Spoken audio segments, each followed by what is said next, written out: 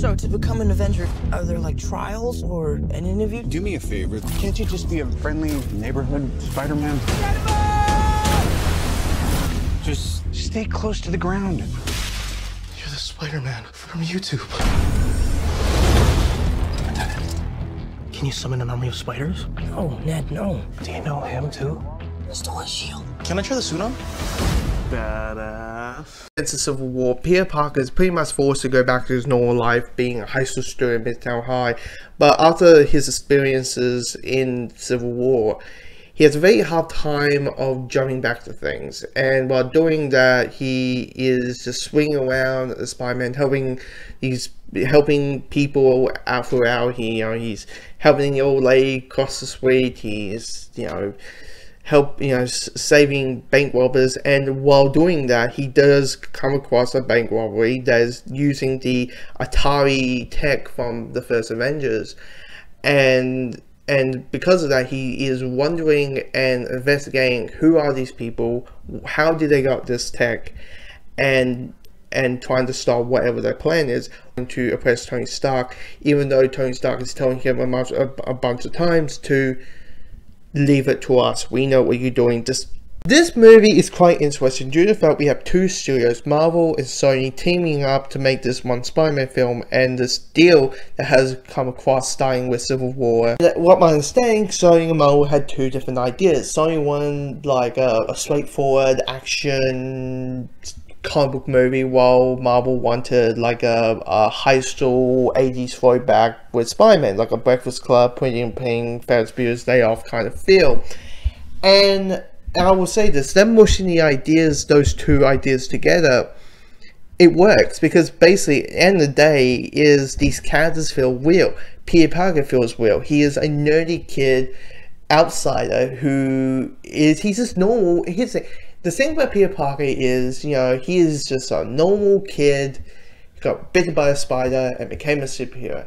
There's nothing special about him, So when Civil War came along and he fought half of the Avengers, that was the greatest day of his life, because he felt the rest of his life was pretty damn dull. So understandably so, why after the film he's like, I need to press Tony Stark, I need to press Mr. Stark, I need to press Iron Man, am I going to join the Avengers? Where's the next mission? Please tell me. And Tony Stark's role in this film, I mean, I know a lot of people saying out through the trailers was it kind of felt like an Iron Man movie and Spider-Man was going to get the shaft. Like the running joke was it's Iron Man 4, and it's not that. It's not that.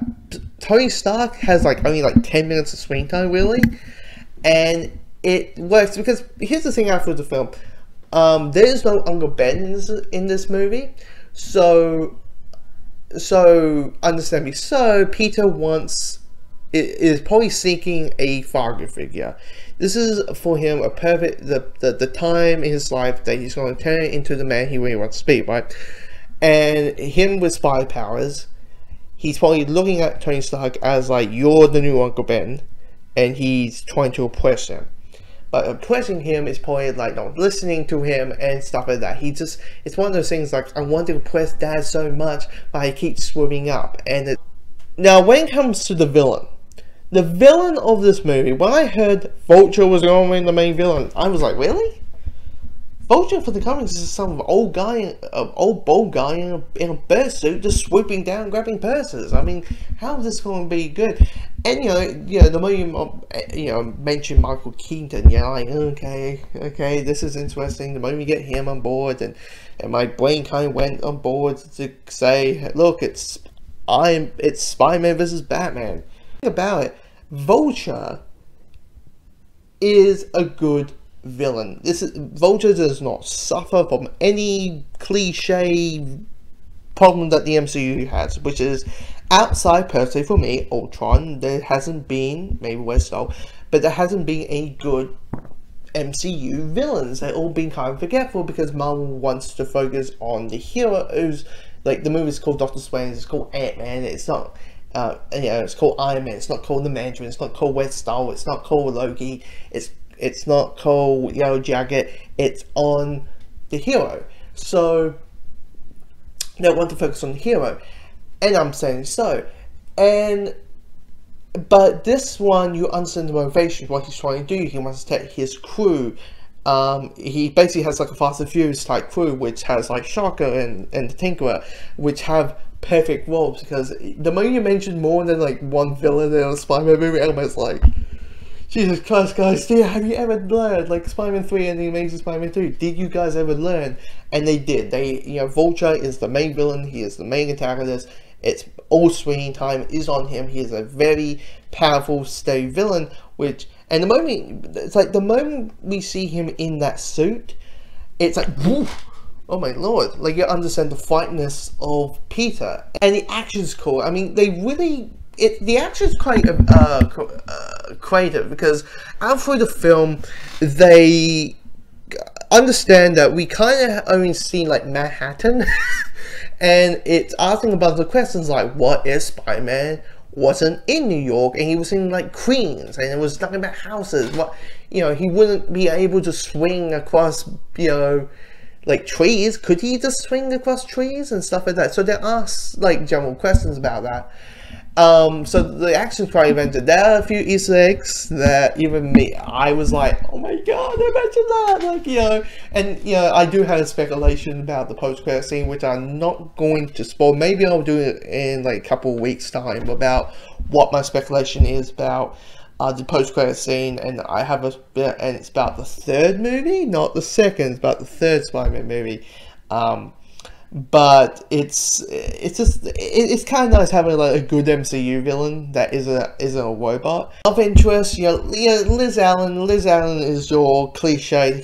She's basically just there, and she's a character who she's just the girl that Peter has a crush on, and that's basically her role. And like the whole time, like Ned, Peter's friend, is like, oh, come on, you're Spider-Man, go and ask that. Which is probably a realistic response, to be like, you're a superhero. You can kind of deal with that key anytime you want about the whole thing about you're a superhero, so you kind of can be like, guess what? To the girl that you like, I can shoot webs, I can crawl on walls, I can do this, I can do that. And there's some crazy stuff like that. The movie's funny. If you're a person who's like, oh my god, MCU humor, they'll probably say like, oh, Spider-Man, what a stupid name is that? No, it's just, Spider-Man's a very jokey character. The whole thing about Spider-Man, he's a very light-hearted character. He's a normal teenager, and what normal teenagers talk and say is really realistic, and the jokes they will speak. And it's this kind of well done dialogue that I was like, I'm not complaining at all. For comic book fans, this is very close to, I really loved it. I really enjoyed this movie. I think this is the best adaptation to Spider-Man ever. And guys, just come and see this movie. I mean, the problems I have with the movie is maybe little, but the rest is like little nitpicks. But it's just, this movie is so damn good. I screwed up. You need to stop carrying the weight of the world on your shoulders. I want you to understand. I'll do anything to protect my family. I know you know what I'm talking about. So don't mess with me. Because I will kill you and everybody you love. My friends are up there! The guy is still out there. I just gotta do this on my own.